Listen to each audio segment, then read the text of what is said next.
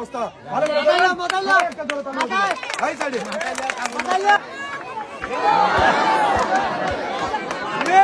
এটা কোনো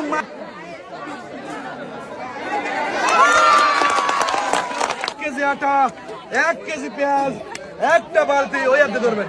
হ্যাঁ এই যে একটি বালতি আর এই যে একটি টুল এই সাইডে চলে যাবেন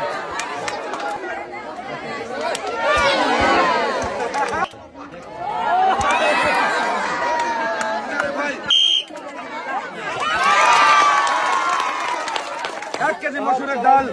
1 কেজি চিনি